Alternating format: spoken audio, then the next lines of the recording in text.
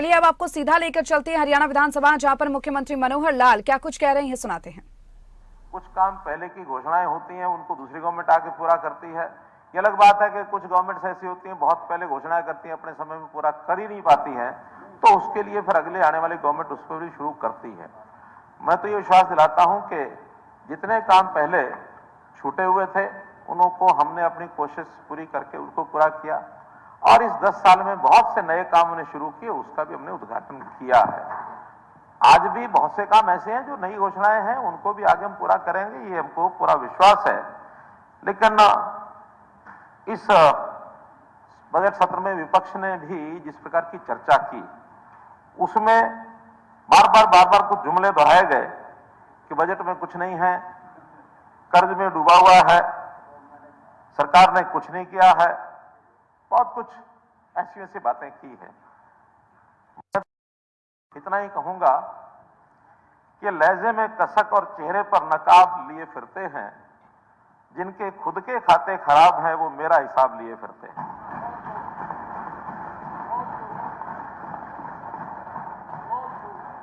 स्वाभाविक सी बात है कि विपक्ष को विरोध करना होता है। जखम पत्ता पत्ता है, दर्द डाली डाली है, हे मेरे चमन माली कौन है।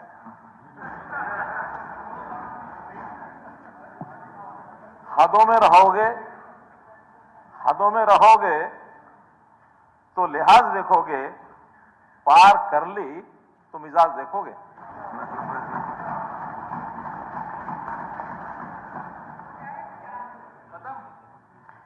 बेहतर तो होता कि जो कुछ कमियां रह गई हैं उसको इस ढंग से रखते कि हम उनको दूर कर पाते, क्योंकि विपक्ष का काम है आलोचना का सख्त हो, और वास्तव में कुछ सरकार की कमी रहे तो उसको कुछ सुनने को मिल जाए तो हम उसको सुधार करने के लिए भी काम करेंगे, उसके लिए भी धन्यवाद। लेकिन बार बार बेसिर पैर की आलोचना, हमने एक बात शुरू में से कही कि हम अपने समय में फिजूल खर्ची ये नहीं होने देंगे, हम केवल बंदरबाट नहीं होने देंगे, विकास की बात करेंगे। और विकास में भी अंडरलाइन ये है जो पहले आज तक होता रहा कि डिमांड बेस्ड बातें होती रही। हम जो खर्च करते हैं वो डिमांड बेस्ड नहीं करते, हम नीड बेस्ड करते हैं, जरूरत के हिसाब से करते हैं। अगर जरूरतें बताई जाएंगी तो निश्चित रूप से उसका असर काम करेंगे, लेकिन मांगने के लिए हमारे यहाँ ये दे दो, हमारे यहाँ वो दे दो, हमारे यहाँ ये दे दो, हमने बहुत विषयों पर अलग अलग विषयों की मैपिंग कराई है कि प्रदेश के किस कोने में किस चीज की आवश्यकता है। जहां आवश्यकता है आवश्यकता पूरी करेंगे, की तरह नहीं कि जिसके हाथ में जो लग गया उसने अपने अपने क्षेत्र में कॉलेज बनवा लिए तो मेरे अपने ही इलाके में बनवा लिए, स्टेडियम बनवाए तो मेरे अपने ही इलाके में बनवा लिए, सड़कें बनवाई तो सिर्फ अपने ही इलाके में बनवा ली, क्योंकि उस समय जाना जाता था, माना जाता था कि ये इलाका फला आदमी का इलाका है और उसका ये डिपार्टमेंट है, उसमें अपने डिपार्टमेंट बनाते ये सब करेंगे। यानी प्रदेश की बजाय किसी एक जिले को प्रदेश मानकर के काम करने की संस्कृति ये जो थी उसको हमने समाप्त किया है। पूरे हरियाणा में सम्यक विकास, हरियाणा एक हरियाणा में एक, इस आधार पर लगातार 10 साल हम चले हैं। और हमने तो बिना मांगे विपक्ष के, बिना बताए, बिना कहे बहुत सी योजनाएं तो ऐसी चलाई कि ये योजना हर विधानसभा क्षेत्र में पूरी होगी, चाहे वो साल के यानी पंचवर्षीय योजना के पहले साल में ही हर विधायक को 5 करोड़ रुपए का काम दिए, चाहे हमने लोकसभा के सांसदों को भी ये कहा कि आप भी 10-10 करोड़ के काम दे दीजिए, चाहे हमने सड़कों की बात कही, चाहे हमने खेत खलियान रास्तों की बात कही, हमने कोई चीजों में ऐसे नहीं किया कि केवल एक क्षेत्र में होगा बाकी में नहीं होगा। आज भी साइज के हिसाब से अंतर हो सकता है कि अभी ये बड़े गांव हैं इन्हें पहले कर दें, ये थोड़ा मध्यम गांव है इसके बाद करेंगे, ये छोटे गांवों से बाद में करेंगे, क्योंकि वो लोकेलिटी का विषय है। शहरों में भी कोई काम पहले नगर निगमों में किया जाता है, उसके बाद परिषदों में किया जाता है, फिर नगर पालिकाओं में किया जाता है। तो हमने इस सैद्धांतिक तरीके से ही ये सब किया है।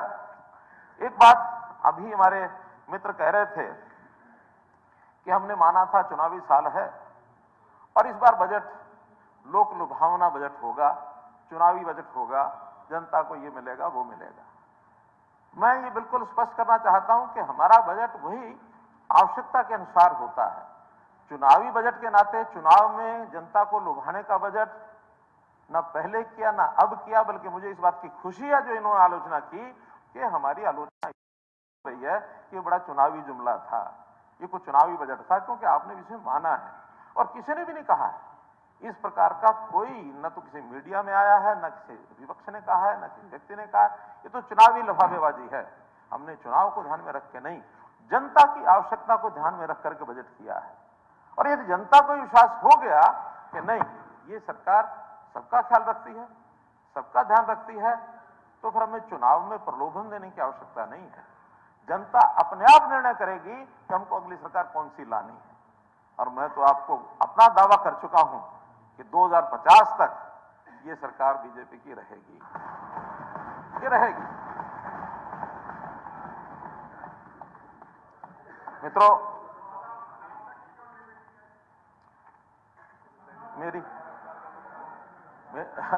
अभी उसमें 25 साल का आपको इस बात का पता है? अमृत काल 2050 तक का आपने देना। मेरा और आपका विषय नहीं है, हम व्यक्तियों पर नहीं करते बात। हम तो बीजेपी की कही है, विचार की बात कही है। और 247 का टारगेट हमारा ये विकसित भारत, विकसित हरियाणा, वहां तक तो हमने लेके जाना है। विकसित हरियाणा बनाना है, ये हमारा संकल्प है। विकसित हरियाणा और विकसित भारत का जो टारगेट है, वो देश की आजादी को 100 साल जब पूरे हो जाएंगे 2047, वो हमारा टारगेट है। इसलिए मैं कह रहा हूं। अध्यक्ष महोदय, हमने वित्त मंत्री के नाते ये मेरा 5वां बजट ये रहा है। इस 5वें बजट के लगातार 5 सालों में एक बात का जो हमने परंपराएं डाली हैं, उसमें एक विषय था कि हमने लोगों से, संस्थाओं से, चाहे वो आर्थिक जगत की हैं, उद्योग जगत की हैं अथवा सामाजिक संस्थाएं हैं, और हमने विपक्ष के मित्रों से, अपने विधायकों से, सांसदों से सबसे सुझाव मांगते रहे हैं। सुझाव मांगने के प्रकार अलग अलग रहे हैं। बीच में कमेटियां बन गई हैं, कमेटियों की भी अपनी जो भी सुझाव आते हैं उसको वर्तमान सत्र में नहीं तो अगले किसी भी जो हमारा सप्लीमेंट्री बजट होता है उसमें समावेश करते हैं। तो हम सबके साथ परामर्श करके ये बजट बनाते हैं और सहभागिता हमने सबकी बढ़ाई है। इसका भी हमको बहुत बड़ा लाभ हुआ है। कोई पहले समय था केवल मांग थी, वही मंशा होती, सुझाव भी आए हैं, उन सुझाव में भी विचार करके और सबका एक प्रकार से ध्यान करते हैं। हम पैसा जो खर्च करते हैं, जैसा मैंने बताया, पूरे प्रदेश में करते हैं। और बजट पर जब बहस होती है तो चाहे सदन के अंदर नहीं तो बाहर, एक बात बार बार कही जाती है, ये तो आंकड़ों की कलाबाजी है, ये तो आंकड़ों की जादूगरी है, आंकड़ों का हेरफेर है। मैं दोनों बातें कहूंगा कि बजट में आंकड़े बहुत महत्वपूर्ण भूमिका निभाते हैं। आखिर बजट सारा सिस्टम ही आंकड़ों पर आधारित है। बजट का एक मूल सिद्धांत होता है प्राप्तियां और खर्च, दाईं ओर का बाईं ओर का कॉलम, इसका जोड़ बराबर ही होना चाहिए, एक पैसे का अंतर नहीं हो सकता। तो जितनी प्राप्तियां होंगी उसी हिसाब से उसका खर्च होगा। जब कभी प्राप्तियां कम होंगी, खर्च भी कम होगा। खर्च ज्यादा करना होगा तो प्राप्तियों का ज्यादा का व्यवस्था करनी पड़ेगी। ज्यादा व्यवस्था करेंगे और मानो कहीं प्राप्तियां कम है तो टैक्स लगाना पड़ेगा। अगर टैक्स लगाएंगे तो विपक्ष के को लोग कहेंगे कि लो जी आपने तो टैक्स लगा दिया, आपने तो। मैं कर्ज पर बताऊंगा, कर्ज पर भी आऊंगा, लेकिन सिद्धांत तो यही है कि या तो प्राप्तियां बढ़ाओ, प्राप्ति, क्योंकि टैक्स लगाएंगे तो प्राप्ति बढ़ेगी, और प्राप्ति की एक जो एक ऑप्टिमम सीमा है, क्योंकि पिछले आधार पर ही प्राप्तियां बढ़ती हैं। पिछला क्रम जो है प्राप्तियों का क्या है उसके हिसाब से होता है। मैं अभी एक डॉक्यूमेंट देख रहा था, उसमें जो एसओटीआर है, स्टेट ओन रेवेन्यू का जो एक आंकड़ा होता है, ये मैंने पिछले 2001 से लेके और इस समय तक निकलवाया है। 2001 और 2 में स्टेट ओन रेवेन्यू जो टैक्स था वो था सिर्फ 4,971 करोड़ रुपया, 4,971 करोड़ रुपया। फिर 5,500, 6,300, 7,400, 9,000, इस हिसाब से लगातार बढ़ रहा है। और आज वो 2024-25 में जो बजट के एस्टिमेट हमने लगाए हैं वो है 84,551 करोड़ रुपया, 20 गुना से ज्यादा। ये हमारा स्टेट ओन टैक्स रेवेन्यू बढ़ा है। और जब टैक्स रेवेन्यू बढ़ता है उसके साथ साथ खर्च भी बढ़ता है, और जब खर्च बढ़ता है तो डेवलपमेंट ज्यादा होती है। डेवलपमेंट ज्यादा होती है तो फिर हमारा डोमेस्टिक जो जिसको जीएसडीपी बोलते हैं, डोमेस्टिक प्रोडक्ट, वो बढ़ता है।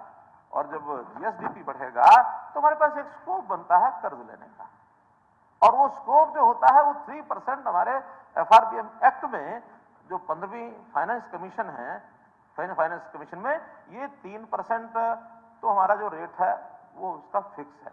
पहले कोविड के दिनों में 3.5 भी हुआ था, लेकिन वो 3% अगर है तो उस 3% के कारण से, और हम जो है अपने उस दायरे के अंदर जितना जितना डोमेस्टिक प्रोडक्ट बढ़ेगा उतना उतना कर्ज लेने की हमारी क्षमता बढ़ेगी। तो मैंने कल बताया था कि अगर हम कर्ज उस सीमा तक भी नहीं लेंगे, कल को हमारी आलोचना अर्थशास्त्री करेंगे, जो विकास के समर्थक है वो करेंगे कि आपके पास जो स्कोप था आपने पैसा नहीं लिया।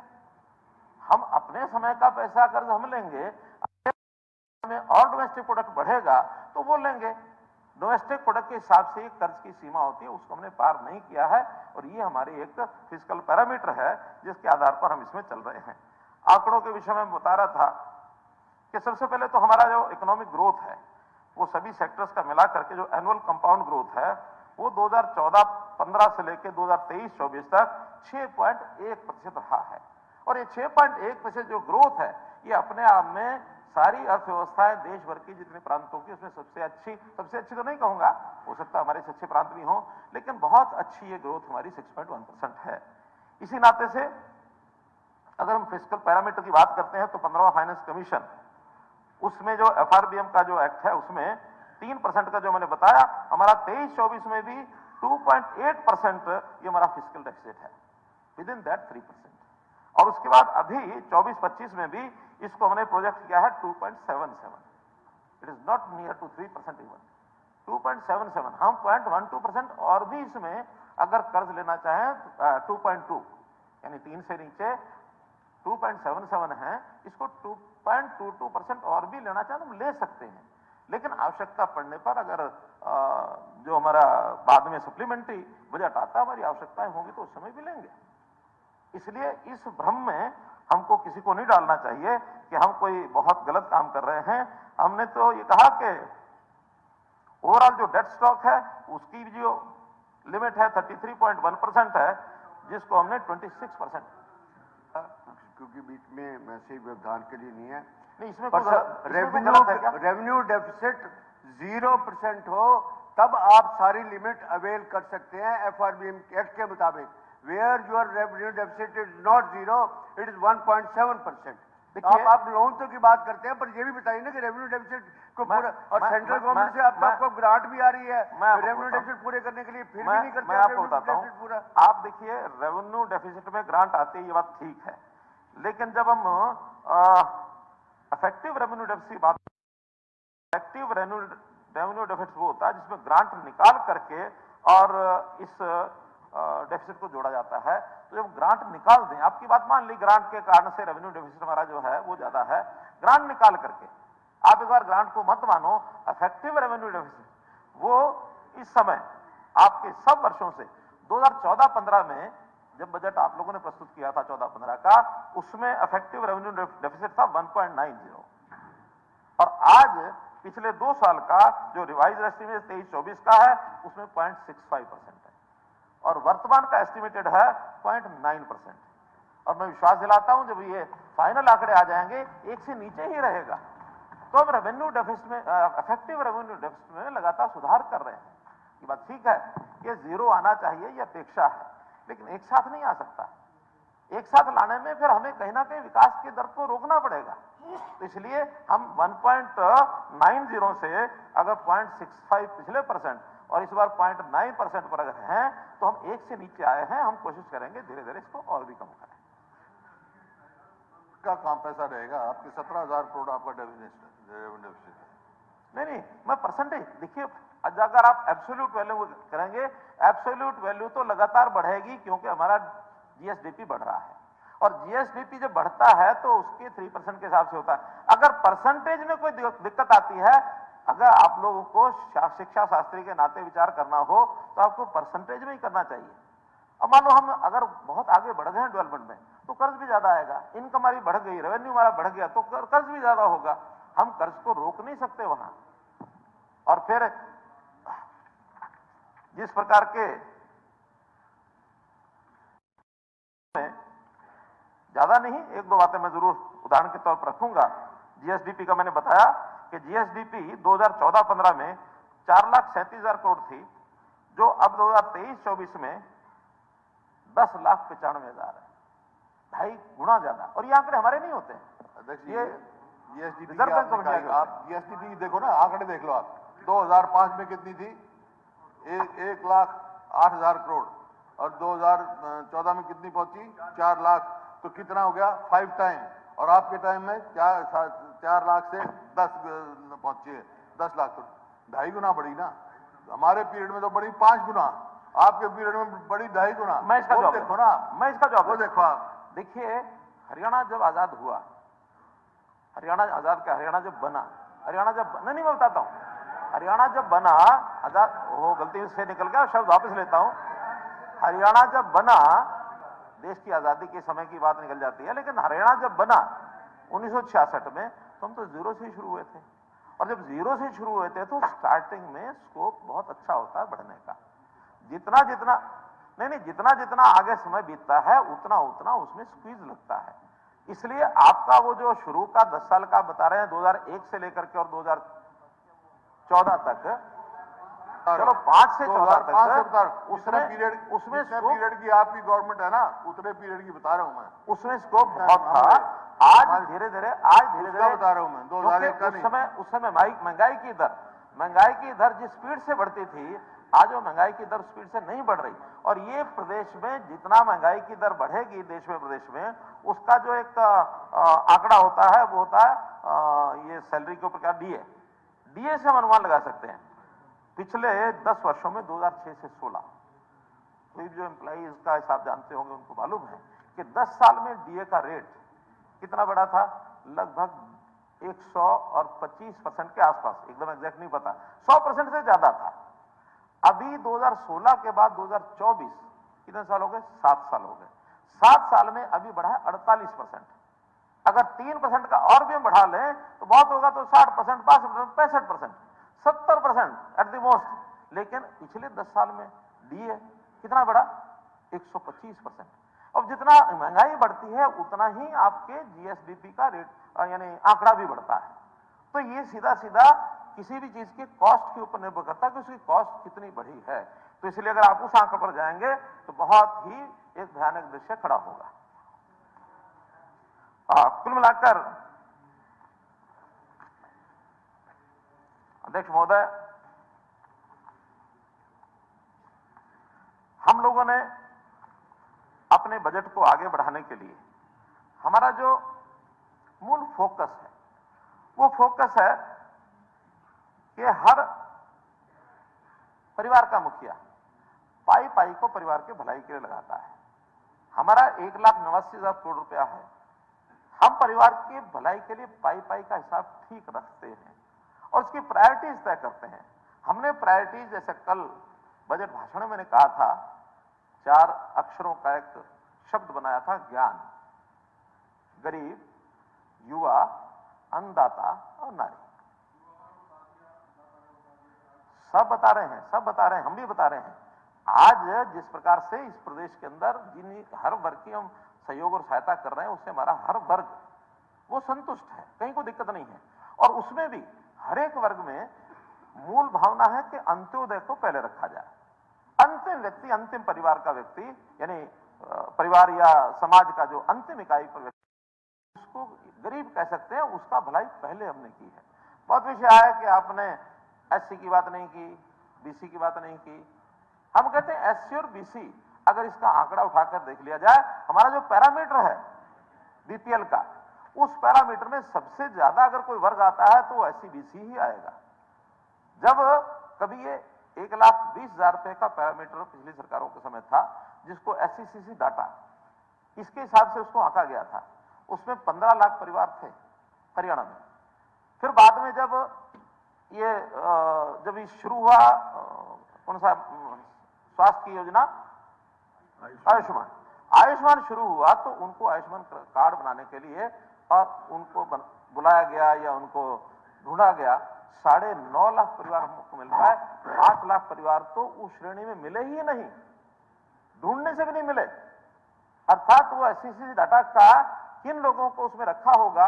हाँ, ये भी हो सकता है, जिसको मानने में मुझे कोई आपत्ति नहीं है, हो सकता है 2011 में उस लेवल पर हो और 2016-17 में वो आगे बढ़ गए। आगे बढ़ गए तो श्रेणी में रहे ही नहीं, लेकिन वो सिर्फ 9 लाख परिवार थे। हमने उस आय की सीमा बढ़ाई, 1.20 की बजाय 1.80 कर दिया। 1.80 करने के बाद भी सब लोगों का सेल्फ डिक्लेयर करो, और सेल्फ डिक्लेरेशन के बाद उनका सर्वे करने के बाद आज उन सब की परिवार की संख्या जो उस समय 14 लाख थी, आज उनकी संख्या 30 लाख से ऊपर हो गई, 34 लाख हो गई है। 34 लाख परिवारों को लाभ दे रहे हैं। और उसमें मुझे ऐसा लगता है कि लगभग 80% एससी समाज उसमें आता होगा, जरूर उसमें 60%, 70% बीसी परिवार भी आता होगा, क्योंकि गरीबी की रेखा के नीचे स्वाभाविक रूप से संख्या उनकी ज्यादा है तो ये हमारी चिंता है। और इसके लिए एक जानकारी वैसे पहले मैंने बता चुका हूं, लेकिन फिर भी अगर न जानकारी सदन को पता तो मैं उस विषय पर जानकारी देना चाहूंगा कि हमने एक आय वृद्धि बोर्ड बनाया है।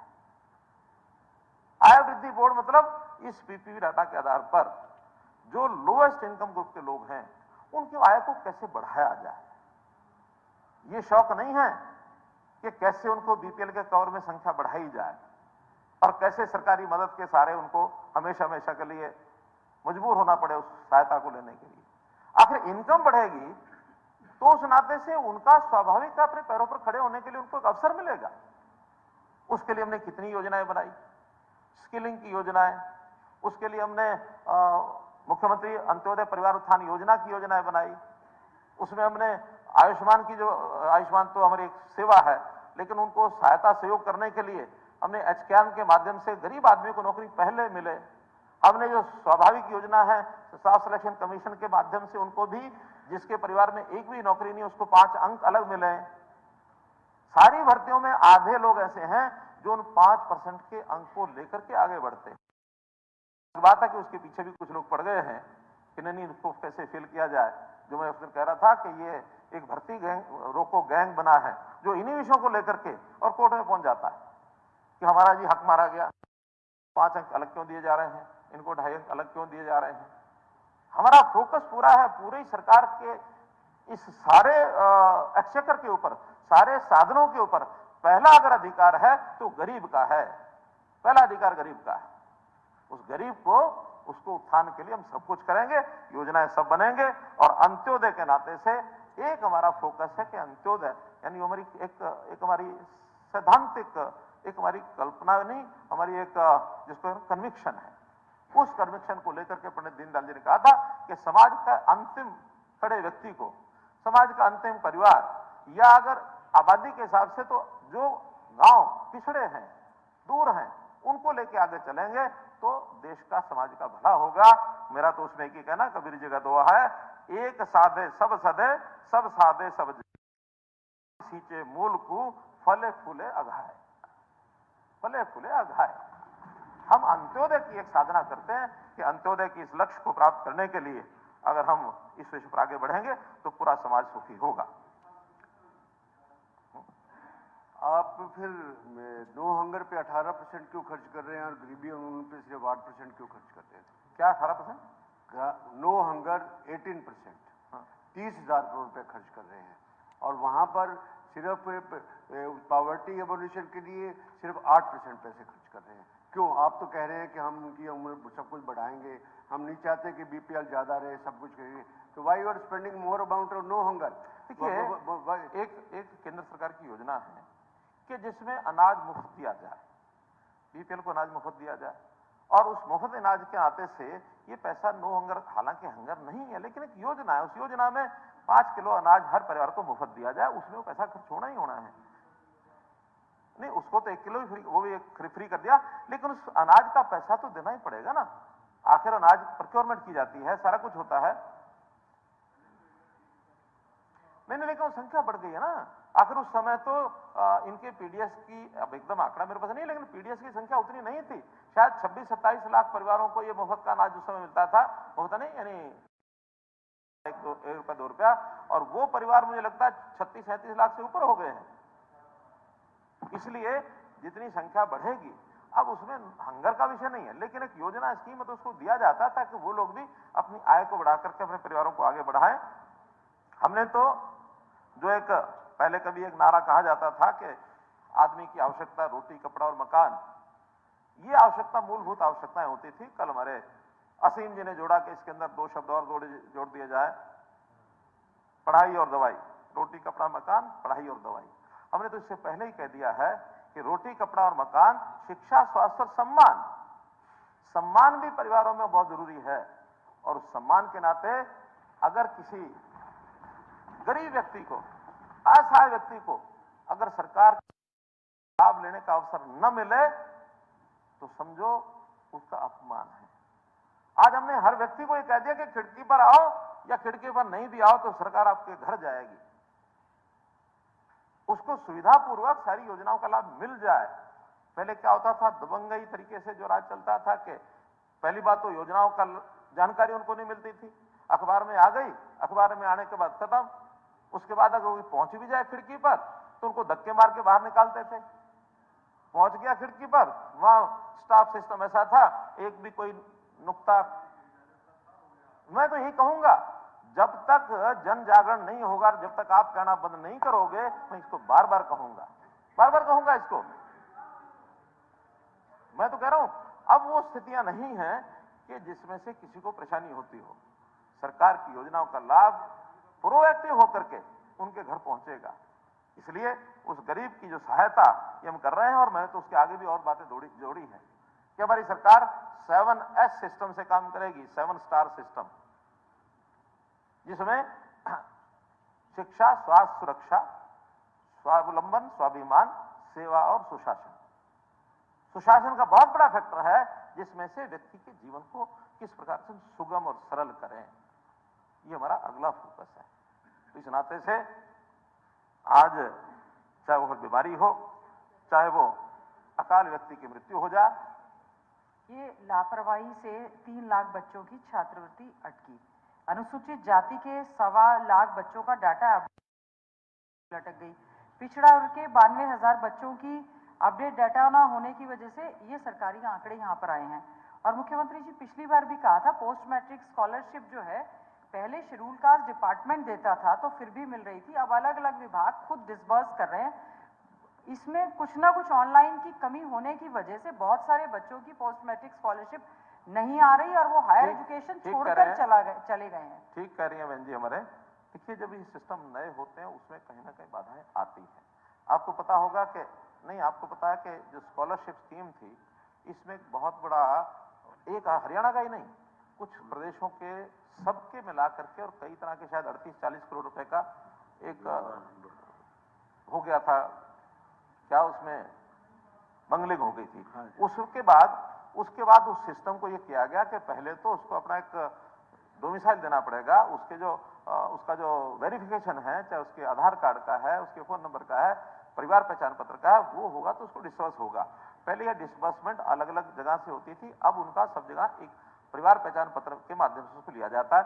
फिर भी जो ऐसी शिकायतें हैं, मैंने ये नहीं कहा कि शिकायत नहीं हो सकती, बहुत सी शिकायतें, जैसे मैंने परसों परिवार पहचान पत्र में कहा 84 लाख चीजें हमने उसको लोगों के कहने पर, सर्विस देने के समय आने वाली कठिनाइयां, वो सब दुरुस्त की हैं। ऐसा कोई भी विषय अगर है तो उसको जनरलाइज करने के बजाय आपको बता देंगे हमें, तो हम उसको जल्दी ठीक कराएंगे। सारे आप डिपार्टमेंट में भी बता देंगे, बहुत सारे बच्चे ऐसे सब लिख के दे दीजिए, सब हो जाएगा। इसी प्रकार से हमने बीपीएल के कार्ड की बात बताई, आवास योजना की बात बताई। अब गरीब आदमी को काम के लिए कहीं दूर गांव में जाना पड़ता है, ट्रैवलिंग पर उसका खर्च आता था। हमने अभी योजना के अंदर आपको बताया कि 1000 किलोमीटर प्रति सदस्य अब बसों में फ्री यात्रा करने की उसको सुविधा दी है। ये भी उसकी आवश्यकता है। 1000 किलोमीटर कम नहीं होता है। मुझे जब रिजल्ट आएंगे तब पता लगेगा कितने लोगों ने 1000 को अवेल किया है। अगर मानो ज्यादा लोग अवेल करने वाले हैं और सभी अवेल कर लेते हैं, थोड़ी परसेंट बचती है, तो शायद उसको दोबारा भी सोचेंगे। अभी तो एक अनुमान से कि एक व्यक्ति 1000 किलोमीटर अगर साल भर में उसको दिया जाए तो महीने में लगभग 80 किलोमीटर हो जाता है। तो गरीब परिवार जो किसी काम से डेली जाता आता है उसका तो ज्यादा हो सकता है, लेकिन जो कभी कभी कैजुअल जाता है उसके लिए 1000 किलोमीटर सालाना मुफ्त यात्रा का ये हमने दिया है। बिजली बिल की बात हमने की, कि जिनको न्यूनतम बिल 115 रुपया 2 किलोवाट तक देना पड़ता था, हमने वो 115 रुपए वाली शर्त हटा दी है। अब एक्चुअल कंजम्पशन जितनी है उसी को उसको बिल देना पड़ेगा।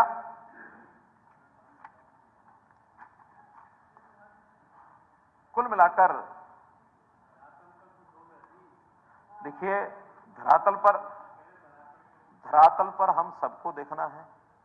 सब जब देखेंगे, और उसमें मैं क्या कह रहा हूं, जब सब देखेंगे तो उन चीजों को कर्मचारी आप लाठी बरसाई, वो मैं बताऊं कि ये बार-बार ये अनाप शनाप बातें एक उदाहरण देता हूं। आप नहीं कोई उदाहरण नहीं चाहिए मुझे, तो सरकार की नीतियां हैं वो मैं बताऊंगा, बजट का हिसाब है वो बताऊंगा। हर चीज में आलोचना करने का ये कोई कार्यक्रम नहीं होता है। आपने बहुत बोला है, कल भी बोला, आज भी बोला, और उससे पहले भी 2-3 दिन और बोला है, चाहे वो नो कॉन्फिडेंस हो, चाहे उसके राज्यपाल का भाषण हो, सब विधायकों ने बोला है। अब यही बार-बार बोला जो आप बोल रहे हैं। हाँ, मैं हर बार ये कहता हूँ चलो ठीक है, बोले आधे घंटे की बात होती है, 2-2 घंटे क्यों लगवाते हो? आधे घंटे मैं अपनी बात कहूंगा, आपके कहने से कुछ चेंज नहीं होगा। मैं तो कह रहा हूं जल्दी खत्म कर देता हूं, आप नहीं बोलोगे तो जल्दी करूंगा। कुछ विषय जरूर उठाए गए, बहुत ज्यादा नहीं, थोड़े विषय हैं जो मैं आपके सामने जरूर रखना चाहता हूं।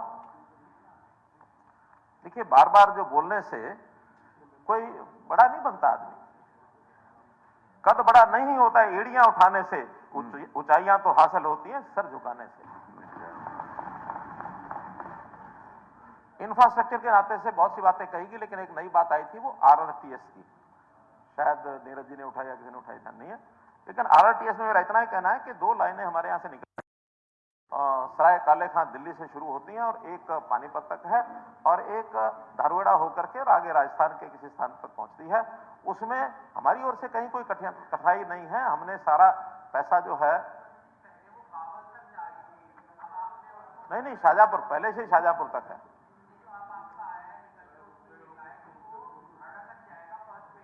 देखिए, वो फेजिंग हमारी नहीं है। फेजिंग जो है वो डिपार्टमेंट की है, केंद्र सरकार उसको कर रही है। जैसे इधर भी पानीपत की बजाय करनाल तक का विषय था, लेकिन फर्स्ट फेज में पानीपत है। नहीं, अब तो उसका पैसा हमने जमा करा दिया। मैं अगली बात बता रहा हूं, इसलिए बता रहा हूं, उसका हमने अपने हिस्से का पैसा जमा करा दिया, और जमा कराने के बाद एक मिनट, दिल्ली ने पैसा अपना जमा, बैठ जाओ नीरज जी, बैठ जाओ। दिल्ली ने अपना पैसा जमा नहीं कराया था, सुप्रीम कोर्ट तक केस गया, और सुप्रीम कोर्ट ने दिल्ली के लोगों को, दिल्ली सरकार को फटकार लगाई, बाकायदा उनको यह मंगाया कि आप पिछले सालों का अपना एडवर्टाइजमेंट का खर्च लाइए। और एडवर्टाइजमेंट का खर्च देख करके उन्होंने कहा कि जब तक तुम पैसा जमा नहीं कराओगे तब तक तुम अपनी एडवर्टाइजमेंट ही बंद कर दो। अल्टीमेटली उन्होंने पैसा जमा करा दिया है, और अब दिल्ली ने एनओसी दे दिया है, तो इसके नाते से उस काम को आगे बढ़ रहा है, आगे बढ़ेगा, कहीं कोई उसमें कठिनाई नहीं है। दिल्ली ही एकमात्र उसमें बाधा थी, वो दूर हो गई है। इसी प्रकार कल विषय, वैसे तो लॉ एंड ऑर्डर के नाते से विज साहब ने सारी बातें स्पष्ट की थी। एक विषय कल जो रह गया था उसको मैं बताऊंगा केवल मात्र, अब बताने से, क्योंकि आंकड़े होते हैं, इसलिए आंकड़े तो सच्चाई बोलते हैं। कोई चैलेंज करना चाहे तो कर सकता है, लेकिन उसमें उस समय में जो कुछ आंकड़े थे, जो चक्रवृद्धि एक उसकी दर थी बढ़ने की, उसमें जो कमी आई है केवल उसको इंगित करूंगा मैं। मर्डर में जो वृद्धि थी 10 साल की, 5 से 14, वो 3.9% थी ग्रोथ रेट जो था, और 14 से 23 ये -0.51, यानी वो दर घटी है, बड़ी नहीं है। डकैती में जो वृद्धि दर 7.73 थी, वो घटी है -3.92।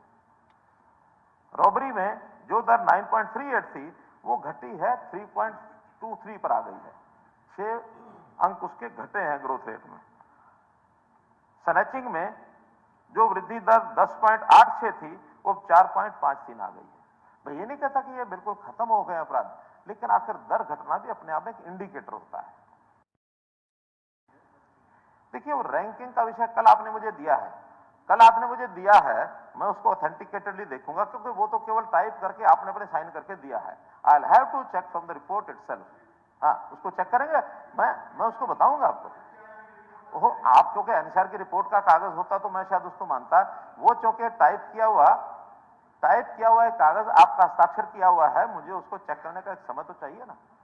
ऐसा नहीं, मैं तो कह रहा हूं मुझे चेक करने के लिए समय चाहिए, उसका जवाब दे सकता हूं, दूंगा। अभी तो जो मैं बता रहा हूं उसमें कोई गलती हो तो बताना ये गलत है। नहीं नहीं, आप मेरे से ले लीजिए, हाँ ले लीजिए, चेक करें, हाँ देख के बताएं। लेकिन रेप में ये भी 10.86% की वृद्धि थी, परसेंट नहीं है, ये एनुअल ग्रोथ रेट है, तो किसी की तुलना में होता होगा। और अब है 5.01। असॉल्ट अगेंस्ट वुमेन ये 18.02 की वृद्धि और अब 2.62 की वृद्धि है। किडनैपिंग ऑफ माइनर 22.61 इसकी वृद्धि है और अब 3.49 की वृद्धि है। अटेम्प्ट टू मर्डर 4.81 अब 2.59 है। असॉल्ट ऑन गवर्नमेंट सर्वेंट 4.41 की तुलना में -2.81। डॉरी डेथ 3.66 की तुलना में -4.1। हरासमेंट फॉर डॉरी 5.91 की तुलना में 3.85। तो मैं इसलिए बता रहा हूं कि इस सारे मामले को लेकर के कहीं भी चिंता इस बात की तो है कि ये भी नहीं होना चाहिए, लेकिन फिर भी अगर कोई इंडिकेशन मिलता है कि पहले से गति कम हुई है तो आगे उसको कुछ जगह माइनस आई है, बाकी जगह में माइनस लाएंगे और कम करेंगे। इस समय एक मैं जरूर घोषणा भी करना चाहूंगा। मुख्यमंत्री जी, सदन का समय 1 घंटे के लिए और बढ़ाया जाता है। मुझे तो 1 घंटा नहीं लगेगा, मुझे तो थोड़ा समय लगेगा। अब नहीं मुझे मुझे समय नहीं सारे लगेगा, मैं तो डिमांड्स के खत्म हो गए तो वो तो उससे पहले हो जाएगा तो खत्म हो जाएगा, तो उसको एक बार मैंने कहा बार बढ़ाने की बात था। एक घोषणा मैं करना चाहता हूं कि जैसे एनसीआर एरिया में दिल्ली के साथ टच करते हुए मेरे 4 जिले हैं, उसमें फरीदाबाद, गुरुग्राम, झज्जर और सोनीपत। इसमें 3 जिले ऐसे हैं, फरीदाबाद, गुरुग्राम और सोनीपत, जिसको पुलिस के नाते हमने कमिश्नरेट बना रखा है। वह सीपी होता है, सीपी आईजी डीआईजी लेवल के आदमी ही होते हैं। झज्जर उसमें अभी नहीं था कमिश्नरेट। ये बात भी ठीक है कि लॉ एंड ऑर्डर की स्थिति को देखते हुए उतना ही झज्जर जिले में भी, बहादुर के एरिया में खास करके कुछ चीजें ऐसी हैं जो चिंताजनक हैं। तो मैं आज घोषणा करता हूं कि हम झज्जर जिले को भी कमिश्नरेट बनाते हैं पुलिस का, और वहां भी सीपी लेवल के अधिकारी को उसके हवाले करेंगे हम। एक बात बत्रा साहब ने उठाई थी, अब वो शब्दों का महत्व बत्रा साहब से ज्यादा कोई उसका एनालिसिस नहीं कर सकता है, क्योंकि वो स्वयं एडवोकेट है और एडवोकेट होने के नाते कोर्ट तो एक एक शब्द को पकड़ लेते हैं। मैं कोर्ट तो भले नहीं हूं, लेकिन शब्दों की समझ रखता हूं। रोहतक में मैंने जो एक मंच से ये कहा था कि 4 शहरों की नगर पालिका है, इन 4 शहरों की नगर पालिकाओं के लिए हमने 120 करोड़ रुपया मंजूर किया, और इन्होंने एक प्रेस कॉन्फ्रेंस में जाकर कहा कि मैंने 120 करोड़ रुपए की घोषणाएं की हैं। पहली बात है, मंजूर करना और घोषणा करने में अंतर है। मंजूर होता बजट, जैसे आज भी हम 1,89,000 करोड़ की ये मंजूर है बजट। एक्चुअल क्या होगा, कौन सा काम होगा, घोषणा कितनी होगी, एक अलग बात है। आपने कहा कि नहीं, एक सरासर, क्योंकि आपके अखबार में ही छपा है कि 120 करोड़ रुपए का घोषणा विधानसभा में मुकरी सरकार। मुकरना इसलिए कि घोषणाएं नहीं थी। मैंने भी सुन लिया वो वीडियो और आपने भी सुनी है, तो इसलिए उसके अंदर हमने कहा था कि मंजूर हुआ है। और जहां तक मंजूर की बात है, इस साल में 23-24 का 1 अप्रैल से 25/2/24 तक, यानी 1 महीना कम है अभी उसमें, उस 1 महीने के अंदर और जुड़ जाएगा, तो उसका मैं डिटेल बता रहा हूं कि स्टेट फाइनेंस कमीशन का 99.43 करोड़ ये हमने मंजूर कर दिया है। सेंट्रल फाइनेंस कमीशन 7.72 करोड़ ये मंजूर केंद्र सरकार की ओर से होकर आ गया है। मुख्यमंत्री समग्र सहायता विकास योजना 7.44 करोड़ ये हमने मंजूर कर दिया है।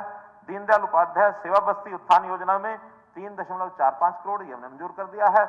118.06 करोड़ जो मैंने 120 करोड़ कहा है, 118 पॉइंट जो है ये मंजूर हो चुका है, और 1 महीने का हिसाब अभी उसमें बाकी है। आप कहें तो मैं एक एक म्यूनिसिपैलिटी के कामों की बात भी बता सकता हूं कि कितने काम वहां हुए हैं। आपने रिप्लाई नहीं दिया फर्स्टली। सेकेंडली ये कि आपने घोषणा कब की थी आदरणीय? घोषणा नहीं की आपने कहा, अब मैं वर्डिंग याद है कि मैं 120 करोड़ रुपया, कितनी आपने पूछा अधिकारियों से कि यहाँ पर कितने अर्बन कमेटियां म्युनिसिपल कॉर्पोरेशन है, उनके लिए मैं 120 करोड़ रुपया देता हूं, मंजूर करता हूं, मंजूर करता हूं। 2 साल हो गए मुख्यमंत्री। नहीं, जिस साल में कहा उसी साल में मंजूर किया। 2 साल हो गए, 2 साल में कहा आपने वहां भी ये मंजूर किया कि मैं 250 करोड़ रुपया कम्प्लेक्स को स्थानांतरण करने के लिए, जुडिशियल कम्प्लेक्स उसको स्थानांतरण के लिए 250 करोड़ रुपए देता हूं। अब साल की बात मैं आपको आंकड़ा 23-24 का बता गया, ये 22-23 का नहीं 22-23 का, क्योंकि 4 मई 2022 को ये मैंने कहा था, तो नहीं 22-23 का बता देता हूं मैं।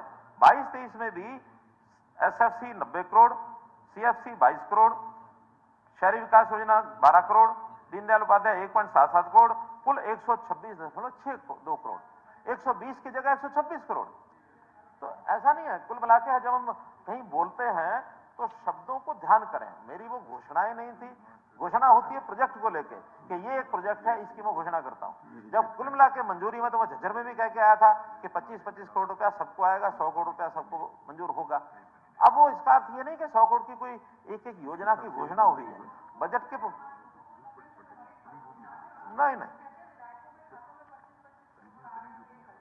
देखिए, घोषणा नहीं होती है, बजट की मंजूरी। आज मैं पूरे हरियाणा में डंका बजा बजा के कहूंगा कि मैंने हरियाणा का बजट 1,90,000 करोड़ रुपए का बजट मंजूर किया है। तो इसका अर्थ ये थोड़े कि 1,90,000 करोड़ रुपया कल कोई विधायकों के और सांसदों के खाते में चला जाएगा, पंचायतों के खाते में चला जाएगा, ऐसा नहीं। जनता को समझाना आपका काम है। जिस क्षेत्र में आप जाएं, ठीक शब्दों में उनको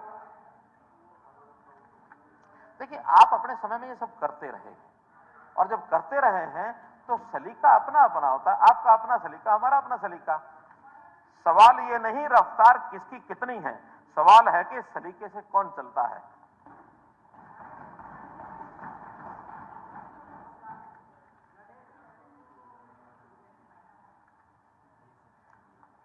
एक विषय तो बहुत है, लेकिन एक विषय बोल करके कुछ मैं अपनी घोषणाएं 2-3 करूंगा। और वो विषय है कि हमारे किसी एक माननीय सदस्य ने, शायद बलराज कुंडू ने ये विषय उठाया था कि 5 साल हो गए ग्रुप डी के स्थान को उनको पोस्ट डिपार्टमेंट, उनको जो है उनकी पदोन्नति वो नहीं हुई है, भर्ती हुई ग्रुप डी के कर्मचारी, ग्रुप सी में पदोन्नति हेतु ऐसा एक प्रस्तावित किया गया जो कि स्वीकृत हेतु विचाराधीन है। ये जवाब आया। जवाब तो ये है कि पहले ये एक एलिजिबिलिटी ग्रुप डी के लोगों की 5 साल के बाद होती थी। अब उसमें जो कि ग्रुप डी का एक कॉमन कैडर हो गया है। पहले हर ग्रुप का अलग अलग डिपार्टमेंट का एक कैडर होता था, उनके अपने रूल्स होते थे। जब से ये ग्रुप डी का एक कैडर हुआ है, अब ग्रुप सी को भी एक कैडर में मिला रहे हैं। इसके लिए ग्रुप यानी एक एक्ट्स और रूल्स में जो परिवर्तन करने वो परिवर्तन होंगे। उसके बाद इस सिलसिले को फिर ढंग से शुरू करेंगे। बल्कि हमने तो इतना ओपन कर दिया है कि ग्रुप सी के यानी डी के रिजल्ट के बाद भी अगर कोई सी में आ जाता है तो ऑटोमेटिकली वो सी में चला ही जाएगा, और उसके बाद अगले एग्जाम में सीईटी में दोबारा जाकर के वो अपने आप को इंप्रूव करना चाहता तो कर। इसलिए इस विषय पर अभी जब तक नए रूल्स, नए एक्ट्स में संशोधन नहीं होते, तब तक उस विषय को डेफर माना जाए। हाँ, एक चीज और है, बहुत से ऐसे 18,000 जो ग्रुप डी के लोग लगे थे, उस समय में हमने घोषणा की थी कि एक बार ज्वाइन करने के बाद यदि कोई आदमी डिपार्टमेंट बदलना चाहे या अपनी पोस्ट बदलना चाहे या स्थान बदलना चाहे, वो उससे अप्लाई कराएंगे, और अप्लाई कराने के बाद जो उसकी चॉइस होगी, जहां तक संभव होगा उसको देंगे। अब उसका एक ड्राई रन शुरू हुआ है, और उसमें बल्कि चॉइस 1 जो है, ऑप्शन 1, 1947 लोगों ने फर्स्ट चॉइस जो भरी थी उनको उन स्थानों के ऊपर भेज दिया गया है, वो ज्वाइन कर रहे हैं। इसके बाद जो उनकी चॉइस 2, चॉइस 3 है, उनको भी उसके अंदर भेजेंगे। इसके बाद ग्रुप सी का रिजल्ट और ग्रुप डी का रिजल्ट, ये नया भी अब आने वाला है। जैसा अभी तक हमने 43,000 पोस्टों के लिए जो एडवर्टाइजमेंट की थी, 10,000 पोस्टों का रिजल्ट आ चुका है। 33,000 का रिजल्ट वो अब कभी भी आ सकता है, क्योंकि उसमें डिमांड ये थी पहले ग्रुप सी का रिजल्ट निकाला जाए, फिर डी का निकाला जाए। हालांकि डिपार्टमेंट ने हमको बताया, कमीशन ने, कि हमारे पास ग्रुप डी रिजल्ट तैयार है। हमने कहा पहले सी निकाल के, ताकि जो लोग सी में पहले आ जाएंगे तो डी में उनको नहीं ज्वाइन करना पड़ेगा। इसलिए उस क्रम को बदलने के लिए ये सुझाव डिमांड के ऊपर हमने दिया है, तो उन्होंने उसको मान लिया है। और इसके अलावा भी पीजीटी के लगभग 6-7 हजार लोग हैं, और ऐसे ही पुलिस की जो भर्ती नई एडवर्टाइजमेंट हो गई है, उसका भी अब 13,000 की वो हो जाएगी। तो 30,000 और 13,000, 43,000 नए लोगों का रिजल्ट ये तुरंत आने वाला है। इसका भी हम जो है इसका इंतजाम करने वाले हैं। कुछ नई घोषणाएं हैं, उसके अंदर एक विषय बत्रा जी ने उठाया था, वो है सस्टेनेबल डेवलपमेंट गोल्स यूएन के जो तय हुए। हमने 2030 का अपना एक टारगेट तय किया कि सारे सस्टेनेबल डेवलपमेंट गोल्स हरियाणा जो है अपने उस समय तक पूरे कर लेगा, और उसको पूरा करने के लिए एक नया हमने एक संगठन खड़ा किया है, और उसका आज मैं उसकी घोषणा कर रहा हूं कि मिशन हरियाणा 2047 इसके लिए एक हाई लेवल टास्क फोर्स ये हम बना रहे हैं और उसमें उसकी रचना पूरी हो गई है। उसके जो चेयरमैन के नाते श्री दीपक बागला जो बहुत एक अच्छे डेवलपमेंट के नाते से इंडिया क्या है इंडिया इन्वेस्ट इंडिया के वो सीईओ थे दीपक बागला, बहुत बड़े स्थान से वो हमारे हरियाणा में सेवा के लिए आ रहे हैं। तो बहुत अच्छा उनका एक जिसको कहना चाहिए उस विषय में अंतर्राष्ट्रीय स्तर पर भी उनका एक्सपोजर है और वो ग्लोबल एंगेजमेंट में चाहे फॉरेन की इन्वेस्टमेंट हो, चाहे यहाँ का एक्सपोर्ट हो अथवा मैन पावर की जो भी वहाँ डिमांड है, उस नाते से इनोवेशन टेक्नोलॉजी और इंफ्रास्ट्रक्चर डेवलपमेंट, ग्लोबल कॉम्पिटिटिवनेस, हम ये भी अपना टारगेट रखते हैं कि देश के 5 ट्रिलियन डॉलर की इकोनॉमी बनाने में हरियाणा का यह संकल्प है कि हम 2047 तक हरियाणा से 1 ट्रिलियन यूएस डॉलर का योगदान करने की अपनी योजना बना रहे हैं। तो इस प्रकार से इस विषय को आय वृद्धि बोर्ड की मैंने बात बता दी है। एक विषय हिसार जिले में जो जीएलएफ एरिया है, उस जीएलएफ यानी government land government livestock farm, वहां 4 गांव ऐसे हैं जिन 4 गांव के लोगों को जमीन मिली थी, लेकिन रहने के लिए उन्होंने उस जेएलएफ की लैंड पर ही एक प्रकार से कब्जे से अपने मकान बनाए हुए थे और ये आज से नहीं बने, 1954 के बने हुए, 70 साल हो गए हैं। मतलब मैं तो उसको जोड़ता हूं कि मेरा जन्म 1954 का है, वो बेचारे तब से वहां बैठे हैं। तो हमने कहा कि भी एक तोहफा उनके लिए मैं घोषणा करता हूं कि इस सारी योजना में अब उनको जिस जमीन पर वो बैठे हैं उसकी एक योजना बना करके और उनको अनाउंस कर रहा हूं मैं कि उनका सबका हमने ड्रोन मैपिंग करा ली है, कौन कितने एरिया में, डंडूर, पीरावाली, झिड़ी और बीड़ बबरान। तो इसके अंदर कुल मिलाकर 2719 ऐसे हाउस होल्ड्स हैं। उन 2719 हाउस होल्ड के अंदर 1831 ऐसे हैं जिनका मकान 250 स्क्वायर यार्ड से छोटा है। उन सबको कैलकुलेशन करके वहां की जो केवल जमीन की लैंड की कीमत है वही ले रहे हैं, बाकी किसी प्रकार का कुछ नहीं। 2000 रुपया पर स्क्वायर यार्ड मोटी मोटी बात हमसे होकर के और 2000 पर स्क्वायर यार्ड की कीमत से उनको अलॉट कर दिया जाएगा। ऐसे ही जो से 1 कनाल तक है वो क्योंकि थोड़ा क्रॉस कंपनसेशन के नाते से उनको 3000 रुपया पर स्क्वायर यार्ड, जो 742 रेजिडेंट हैं तो इनको 3000 रुपया पर स्क्वायर यार्ड, और जो 1 कनाल से भी ऊपर हैं अप टू 4 कनाल आधा जिनका कब्जा है उनको 4000 रुपया पर स्क्वायर यार्ड, ये कुल 146 रेजिडेंट हैं तो इनको ये दिया जाएगा। और 4 कनाल से ऊपर 17 रेजिडेंट हैं, उनको 4 कनाल तक ही सीमित किया जाएगा और बाकी उनकी जमीन को वहां गांव की जो आवश्यकता है कॉमन लैंड के नाते उसमें उनको शामिल किया जाएगा। सीएम साहब 1 मिनट भाई।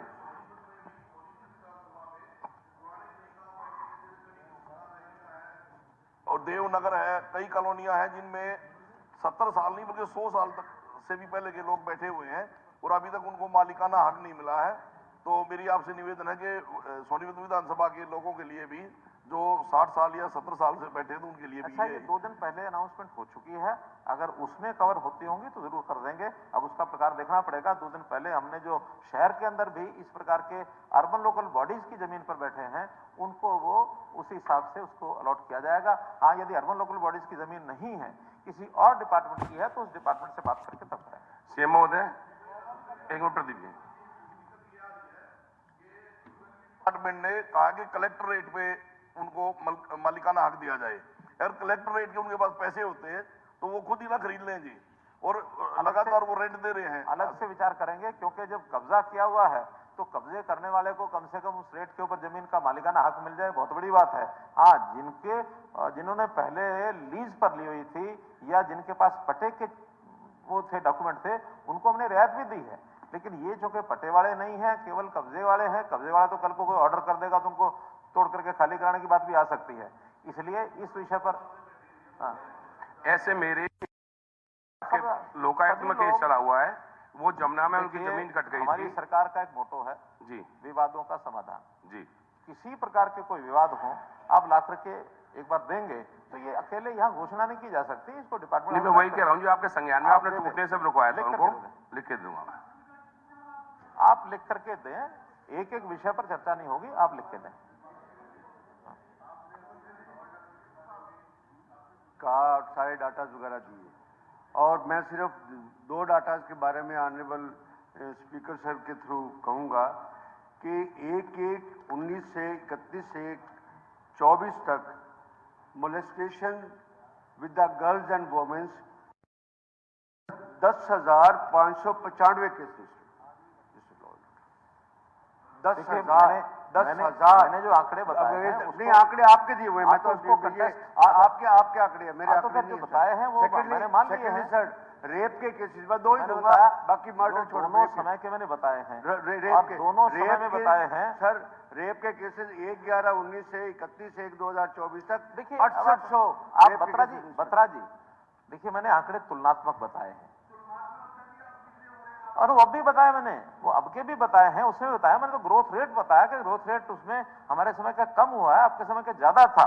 मैं तो ये कहूंगा कि खुद किए तुमने दीवारों में सुराख, अब कोई झांक रहा है तो शिकायत कैसी? अपने सुराखों को पहले मिटाओ। एक मिनट, ऐसे मत खड़े हो। अब मुख्यमंत्री जी खड़े हैं, ऐसे थोड़ी आप खड़े हो जाएंगे। एक मिनट अभी एक मिनट जरा। अभी एक घोषणा और है, उसमें हमारी जो सब्जी मंडी के आड़ती भाई हैं, उनकी मार्केट फीस को लेकर के पिछले दिनों में एक चर्चा और विवाद हो गया था, और उसमें अभी लेटेस्ट उनके साथ बैठ करके हमने जो तय कर दिया है उसकी घोषणा मैं आप सबको बता रहा हूं। पहली बात तो कि वहां 1% मार्केट फीस और 1% HRDF लगता था। हमने उनके साथ बैठ के सब्जी मंडियों के लिए HRDF को हमने माफ कर दिया है कि HRDF ऊपर नहीं लगेगा, केवल सब्जी मंडियों में। अब HRD जीरो कर दिया, बताता रहा हूं, माफ कर दिया नहीं जीरो कर दिया। मार्केट फीस ऐसा है कि मार्केट फीस के मंडियों के विस्तार के लिए, क्योंकि बहुत शहरों में मंडियां बिल्कुल अंदर आ गई हैं और अंदर भीड़ भड़का ट्रैफिक बहुत हो गया, उनका काम भी नहीं चल रहा है। नई मंडियों की भी डिमांड आई हुई है, तो अब जो उनसे बैठ के बात हो गई और वो सहमति से बात हुई है, तो कोई भी रेवेन्यू अगर ऐसे बिल्कुल खत्म करता जाएगा, काम तो उन्हीं का रुकेगा।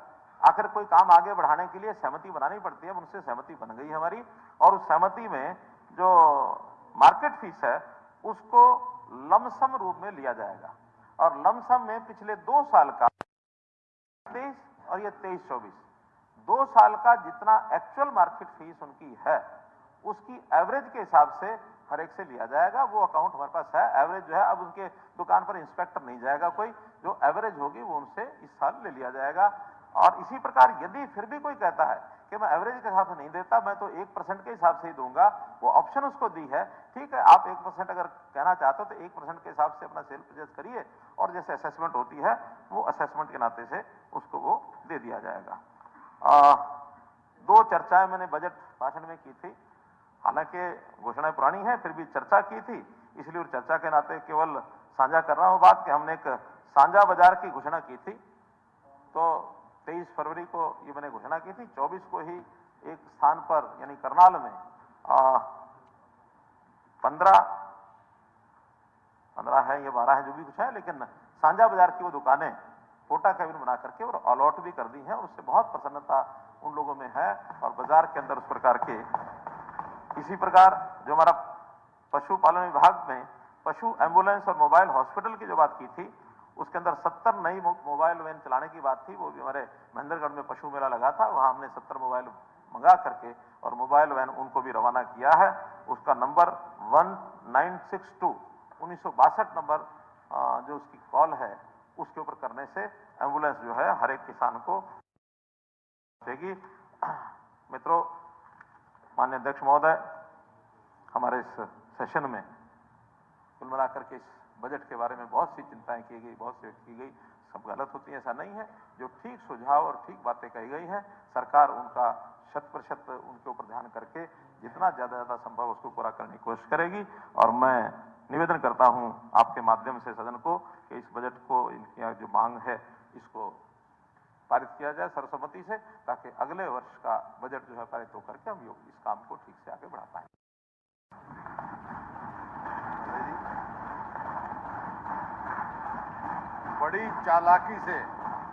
बड़ी चालाकी से तूने खुद को छुपा रखा है, अपने झूठे वादों से लोगों को बहला रखा है।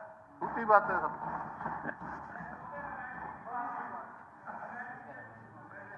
अरे नहीं, ऐसे ना करो, रामायण के नाम पे ना करो जी।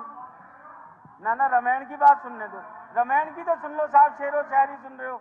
राधे श्याम रामायण की बहुत बढ़िया बात बता रहा हूँ। 2050 तक की बात चली।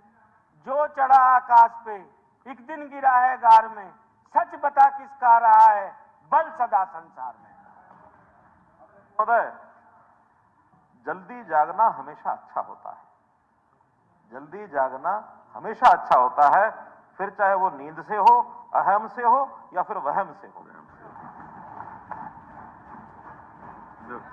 बजट का तो आपका निष्कर्ष मैं निकाल देता हूं। नहीं, अध्यक्ष जी, ऐसा आपने कुछ कोई किसी के पास गया, उम्मीद लेके गया, जैसे लोग बजट की उम्मीद लेके आते हैं। बड़ा जमींदार था, उसने कुछ दिया नहीं, तो उसने जाते वक्त क्या कहा? अब मैं खट्टर साहब को कहता हूं, खट्टर बाबा ठाठ के लेने देने को कुछ नहीं, जयराम जी की बाबा कुछ नहीं।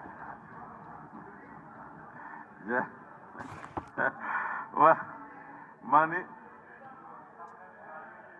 कभी सुनाने दो जी। हो गया एक बार एक डॉक्टर के पास एक महिला पहुंची जी, बोली कल टेस्ट करवाए तो उस रिपोर्ट में बताओ क्या क्या कमी है जी।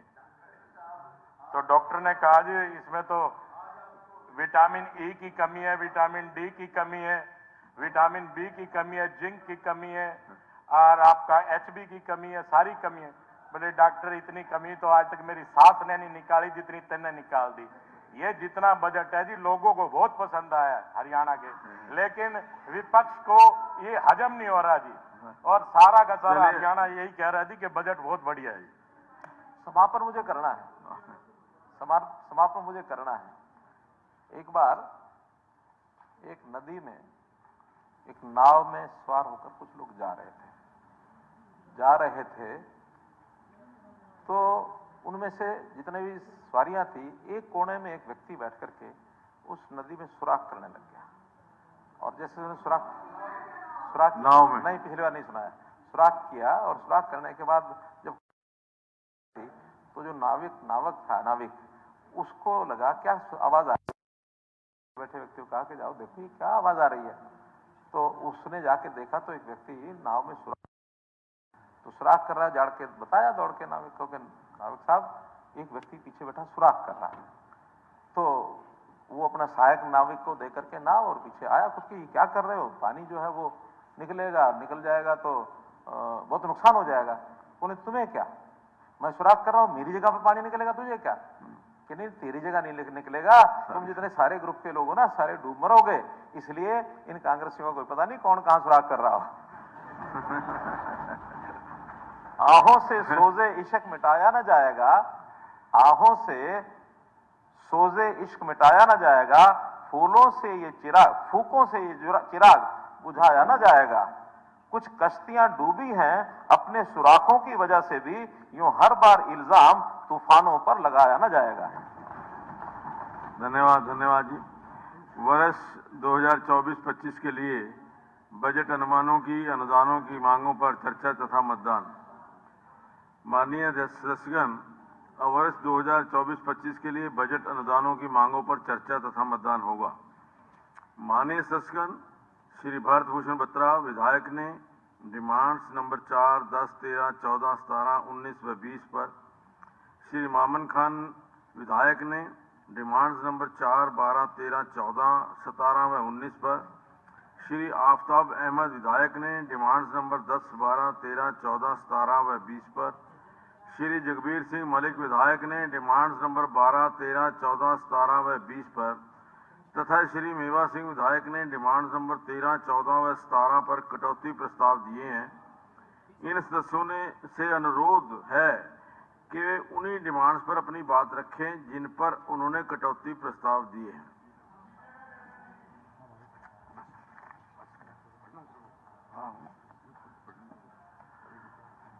अब विभिन्न डिमांड्स तथा कटौती प्रस्तावों को सदन में वोटिंग के लिए रखा जाता है। प्रश्न है कि डिमांड नंबर 1 से 3 पास की जाएं। जो इस प्रस्ताव के पक्ष में है वो कृपया हाँ कहें, जो इस प्रस्ताव के विपक्ष में है वो कृपया ना कहें। हाँ पक्ष की जीत हुई, हाँ पक्ष की जीत हुई। डिमांड नंबर 1 से 3 पास हुई। अब मैं सर्वश्री भारत भूषण बत्रा तथा मोहम्मद खान विधायकों द्वारा दिए गए डिमांड संख्या 4 पर अलग अलग विभाग के 2 कटौती प्रस्तावों को सदन में मतदान के लिए रखता हूं। Honourable speaker sir, demand number जो 4 है वो अर्बन डेवलपमेंट पे है। अर्बन डेवलपमेंट पे इकट्ठा ही सारा इसमें जोड़ दिया है। जीडीपी भी आ गया है, रेवेन्यू भी आ गया है, सारे इकट्ठे आ गए उसके अंदर। काफी समय से प्रदेश के अंदर प्रॉब्लम चल रही है और सरकार उस बात की ओर कोई तवज्जो नहीं दे रही है। प्रॉपर्टी आईडी से लोग बहुत दुखी हैं और प्रॉपर्टी आईडी का ढंग से समाधान होना चाहिए। मैंने नो कॉन्फिडेंस मोशन में भी कहा था कि अगर आप किसी जूरिस्ट के पास इस ओपिनियन को लेने के लिए भेज दें, कोई भी senior advocate of the supreme court या रिटायर्ड कोई सॉलिसिटर जनरल, तो निश्चित रूप से ओपिनियन ये आएगा कि जो प्रॉपर्टी आईडी का प्रोसीजर और जो इस सरकार ने बनाया हुआ है वो ऑनरेबल स्पीकर सर वो इलीगल है। अनअप्रूव्ड अप्रूव्ड लोगों को बहुत दुखी हो रहे हैं लोग। अनअप्रूव्ड इधर से लिखते हैं, इधर से आप टैक्स लेते हैं, इधर से आप सर्वे करते हैं, इधर से आपका याशी का वो आ जाता है, ये कुछ है। इसको एक सिंप्लीफाई करके और अब आपने प्रोसीजर लेटर निकाल दिया सेल्फ सर्टिफिकेशन का, आपकी 10% प्रॉपर्टी अभी तक हुई है, ये कुछ है। टोटल एक्ट के अंदर टोटल कानून के मुताबिक सरकार को अपना हाउस टैक्स कलेक्ट करना होता है, ना कि लोगों की जो उनके स्टैट्यूटरी राइट्स हैं या उनके मालकाना हक हैं उसके बारे में डिसाइड करना होता है। मेरे को बड़ा इस बात के लिए कि पिछली बार सदन के अंदर आदरणीय मुख्यमंत्री जी ने कहा था कि प्रॉपर्टी आईडी हम ऐसे ही बनाएंगे किसी के बेसिस पे भी रजिस्ट्रियाँ हो जाएंगी, या कुछ है। एक बेटा किसी जगह पर रहता है, 4 भाई बाहर रहते हैं, उसके नाम प्रॉपर्टी आईडी बन भी जाएगी तो क्या 5 को आना जरूरी, 5 को सब कुछ करना जरूरी? ये कोई मलकियत का डॉक्यूमेंट नहीं है, इट्स रिकॉर्ड ऑफ एंट्री है। इसमें सुधार होना चाहिए और ये लोगों को बहुत बड़ी परेशानी है सर। मैं 4 पे तो यही बोलूंगा, अगला नंबर आएगा तो बोल जाए, इकट्ठे बोल दूं जैसे आपके पास। और कोई प्रश्न है? मोहम्मद खान जी बोल तो रहे नहीं। अध्यक्ष महोदय, मैंने ये डिमांड नंबर 4 पे बोलना चाहता हूँ कि अर्बन डेवलपमेंट, मैं ये कहना चाहता हूँ कि जिस तरह से अभी हमारे सीनियर विधायक जी ने बताया और मैं भी कहना चाहता हूँ कि हमारे फिरोजपुर जिला और ये जितने भी नूह है और लोग हैं जो पहचान परिवार पत्र है, इसके लिए जो जमीन वगैरह है वो आज तक कहीं भी ना बेच सकते ना खरीद सकते। वो आईडी से इतने परेशान है, दर दर की टोकरे खा रहे हैं। नंबर 2, हमारा जिला 2004 में मेवात बना था, आज तक उस हेडक्वार्टर नूह पर कोई भी हरियाणा शहरी विकास परिषद